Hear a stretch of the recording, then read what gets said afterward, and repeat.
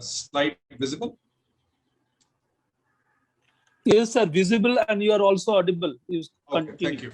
So we are going to discuss in the next 15 odd minutes treatment of acute myocardial infarction, our current thinking as to how, and I'll just in between go back to how COVID has affected our thinking and how our treatment protocols have changed in this COVID era because of the changes, the way patients are presenting to us, and also the way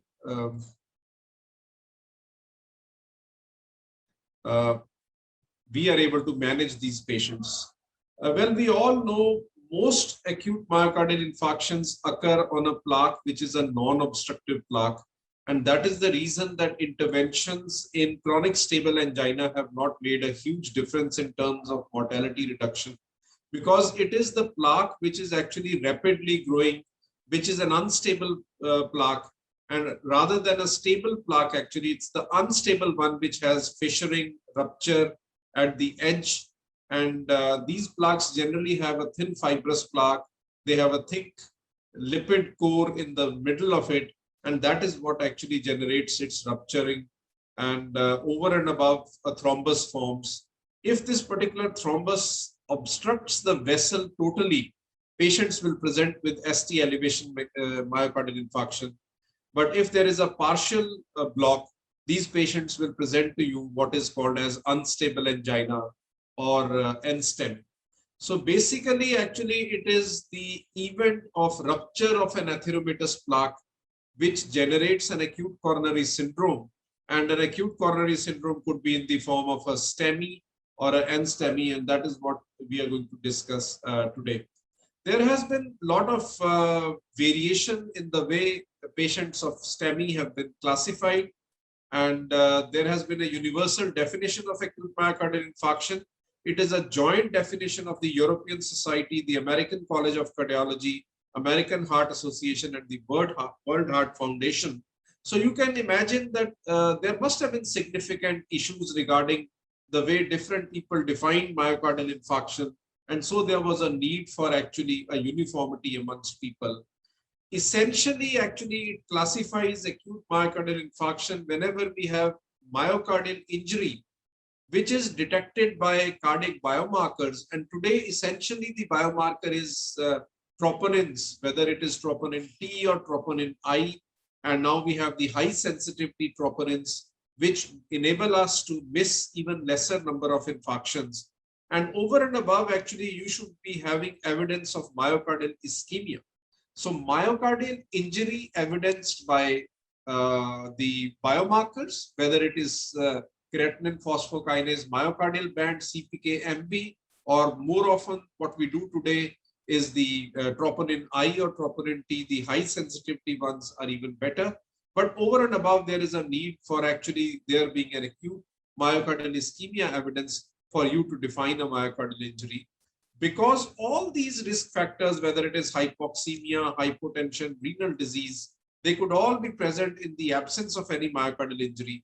But as we are seeing today in this COVID era, a lot of patients are presenting to us when we have, as cardiologists, we get a lot of calls from patients of acute septicemia, patients who are on ventilators. And you all know that cardiac biomarkers were from data from Wuhan showed us very early that biomarkers, when they are elevated, even in the presence of normal coronaries, actually are markers of increased mortality in COVID also. And we've all known that all acute viral illnesses, whether it is flu or whether it is H1N1 infection, it is a precipitating factor for acute myocardial infarction, because extreme exertion, viral infections, emotional stress, these are early morning hours. These are some of the factors which are known for precipitation. And whenever there is an infarction or ischemia along with myocardial injury, that is when you will actually call it as acute myocardial infarction. So the common garden myocardial infarction that we have is type 1 myocardial infarction.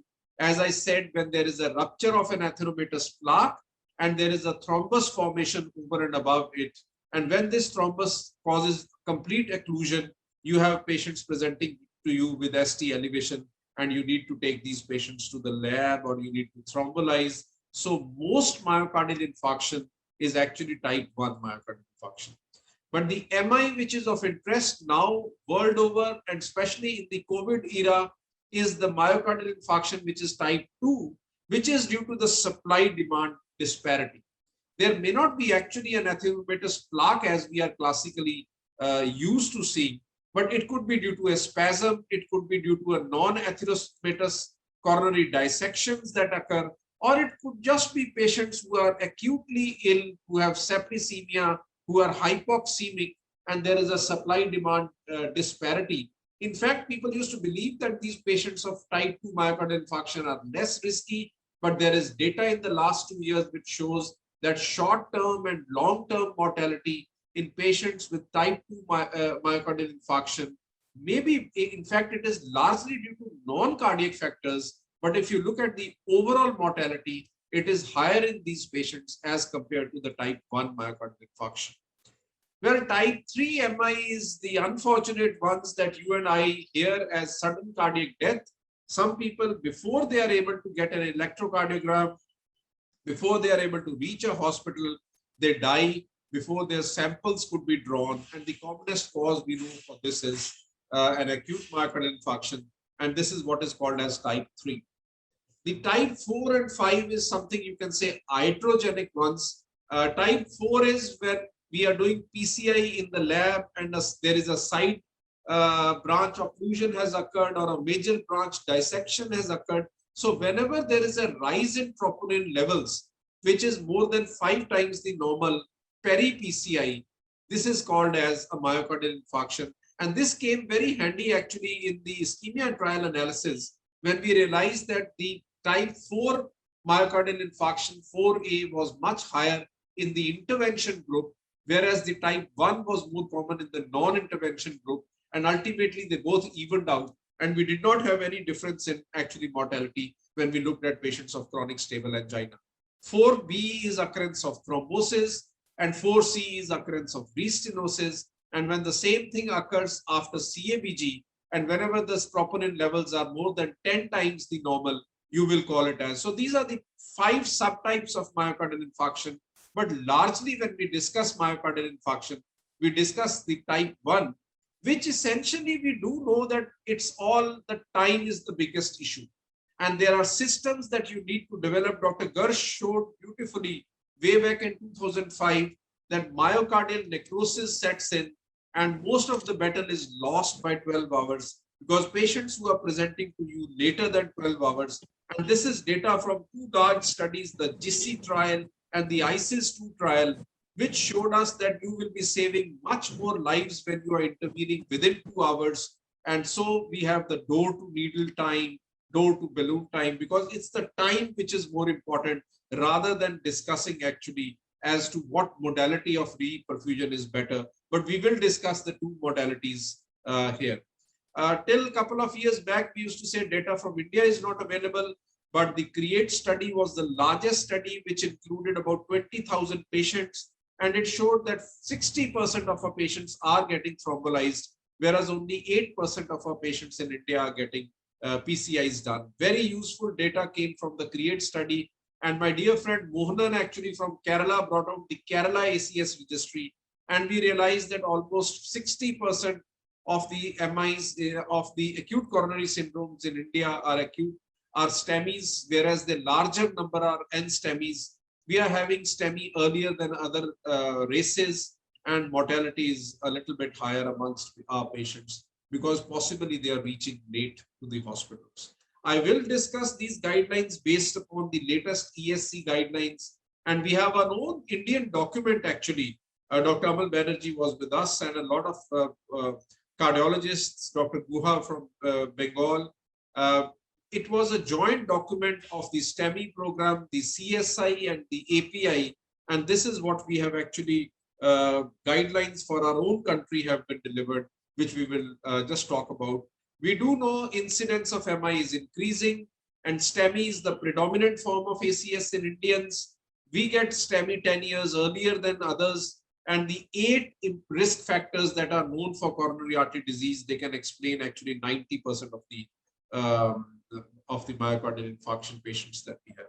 We all know reperfusion should only be done if these patients present within 12 hours, because later than this, actually, we will not be doing any benefit to these patients. And we do realize PCI is the recommended method because primary PCI is certainly better.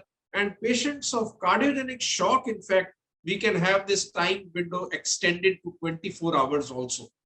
But what is very important is that patients who have actually had a myocardial infarction, after 48 hours, if you do their coronary angiogram and you try to, the open artery hypothesis had no, actually, the Oates trial was a negative trial. And so today we never actually open an artery which after a myocardial infarction, after 72 hours, if we are doing an angiogram, because there is no benefit.